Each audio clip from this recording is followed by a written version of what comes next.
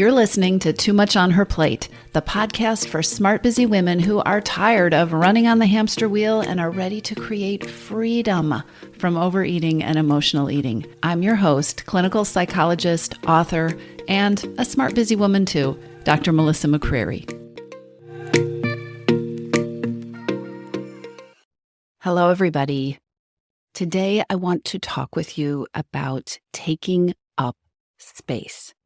And in particular, why it is so important to take up space and to create space if what you want is lasting change with your eating, if what you want is freedom from overeating or emotional eating or binging or stress eating or whatever the kind of eating is that you would like to be rid of. This episode is particularly important if you have been doing something or working really hard to try to make changes in your eating habits, in your relationship with food, and that change isn't working, or it doesn't feel like it's productive, or it feels like you're going in circles. In Western culture, there is such a focus on productivity and on doing. And it seems like as human beings, we are sort of hardwired to focus our minds around doing when we want to make a change. What am I going to do? What am I going to not do? Think about this in terms of changing your eating. What am I going to eat? What am I going to not eat? When am I going to eat? What am I going to count? How am I going to monitor this? When we want to make a change, our first instinct is usually to create a sort of to-do list or project for ourselves. But I want you to think about this. Constant doing is not necessarily productive. Constant doing, always thinking about what the next thing is, focusing on your to-do list, telling yourself what the next should is that needs to be accomplished, actually keeps you in reaction mode. This is not always true, but it is particularly true if you are not the creator of the doing list, if you are following somebody else's protocol or somebody else's plan. The tendency is to be in reaction mode, reacting versus intentional and creative and in charge. If it feels like you are on a hamster wheel, going through the same cycle over and over when it comes to making changes with your eating and your weight, you may very well be stuck because of constant doing mode.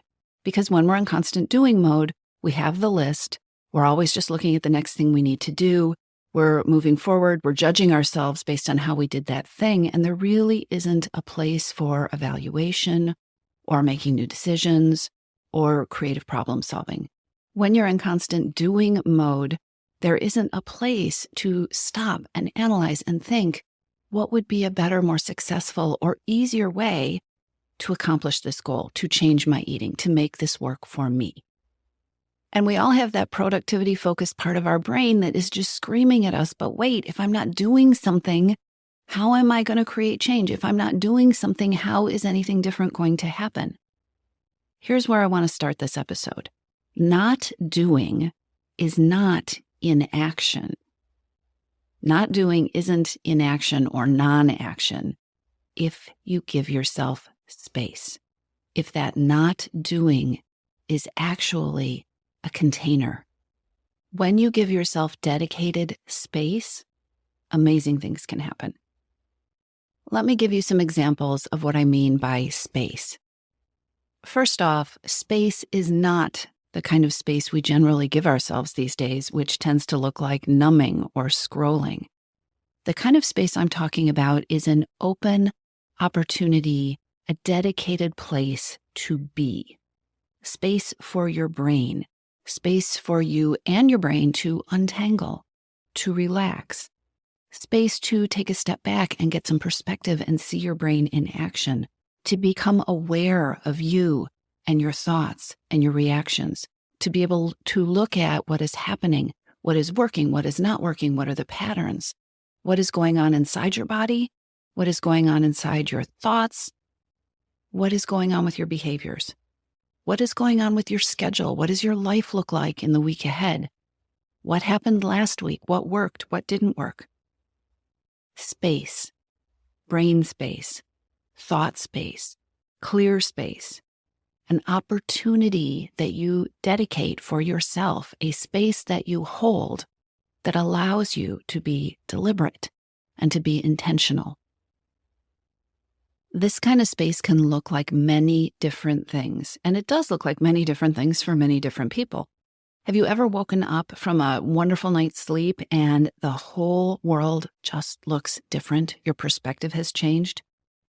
Or have you ever come up with a solution that you just haven't been able to figure out before in the shower? Have you ever had a brilliant idea when you are on a run or a walk and you were so excited about it you wanted to stop and write it down so you wouldn't lose it? Or maybe you figured something out, or you've had an insight while journaling and just free writing. Or maybe you have come away with a fresh perspective from a vacation or even taking a day or an afternoon off. These are examples of what can happen when we give our brain space, when we give ourselves space, and when we are not in constant doing mode, using doing and action as our problem-solving strategy. This kind of space has become a very rare commodity. We are not encouraged to take space, to claim space for thinking, especially unless it's in the context of doing something else.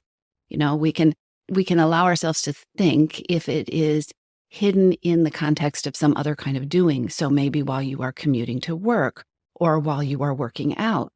But successful people actually hold time for space.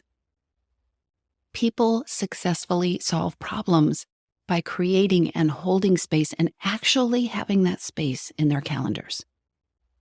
If you are somebody who wants to change the way you eat, if you want to stop binging or overeating, or you'd like to get a handle and feel in control of emotional eating and you're not getting results, chances are that the thought space, the clear space has disappeared because other things have taken priority, or you've never given it to yourself, and you've been told the myth and bought the myth that in this one area, when it comes to your health and your well-being and changing your eating, when it comes to breaking an overeating or emotional eating habit, you shouldn't need space.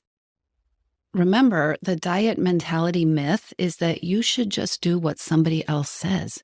You should just follow a plan someone else has created, and it should magically be a fit for you. And if it isn't working, you should just try harder. You should just apply more willpower and more discipline. You should stay in action. It probably goes without saying, but I'm going to say it anyway. When we stay in action, doing something that isn't working and isn't set up for us to work because it doesn't fit us, when we stay in action doing that same thing and pushing ourselves harder and harder and over, we create the vicious cycle. And this is how yo-yo dieting and yo-yo weight loss and vicious cycles, ongoing cycles that feel like a hamster wheel with food and eating and weight, this is how they happen. The way to escape them is to break the cycle of constant doing and try claiming some thought space, some clear space. I think of it as CEO space, actually, because it is within this space. It is by claiming the time to take charge of what is a problem for you, what is not working for you. It is by claiming this time that you get to take your power back, that you get to be creative, like the CEO of your own well-being and of your own life, and work towards designing and executing a solution that is going to work and to last for you. So this is my challenge for you. Start claiming CEO space. Experiment with what works for you. I have worked with so many women and seen so many different versions of this CEO space. It might look like journaling in the morning. It might look like a walk in the evening. It might look like an afternoon nap or a coffee break. One client I have, she loves to just sit and think and stare at a wall and let her mind do its work. Imagine that, giving yourself pure space. Another client goes for a drive. One listens to music. One likes to listen to classical music in her living room and be the conductor and just see where her brain takes her. Another woman I've worked with finds her space in the sauna sometimes, and another does it by shooting basketball. basket. It's important for you to figure out what helps your mind be at its best. What helps your mind solve problems? Do you sit down with a pen and a new pad of paper, or do you need to go outdoors and just let your mind be free and see what pops up in your head when you're not really paying attention? Are you in a place where it's time to get your ideas in the shower? Or do you want to sit down and map them out and really be strategic about it? No matter what you decide and discover your style of space is, none of this kind of high-level problem solving is going to happen if you don't give yourself the space to experiment and to explore and to see what your brain needs to be at its best, to see what it is that you need, what the style is that you need to access your inner CEO, the one who can help you figure out what is going to work for you. The bottom line is, if you want to create new results and you want to have a different relationship with food, you've got to create space that will allow you to change. And it's important to take this space and to create this space and to claim this space. Write it in your calendar, not just so that you can focus on what you are going to do. You don't want to use this space to just revert back to a longer to-do list. Your relationship with food is so much more than meal prep and grocery lists. You want space to take a look at how you are thinking, the beliefs that you have about you, about change, about what needs to happen with food, the beliefs that you are reinforcing, maybe the beliefs that you would rather focus on, the stories that you tell yourself and whether they are working for you or against you.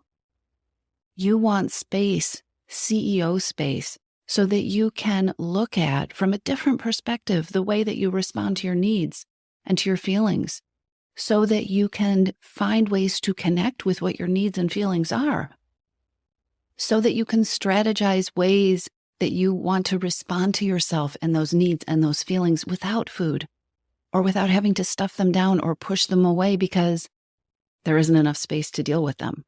Space is so important. Change requires space. Change requires getting out ahead of that thing that you want to change and being able to see the problem with perspective.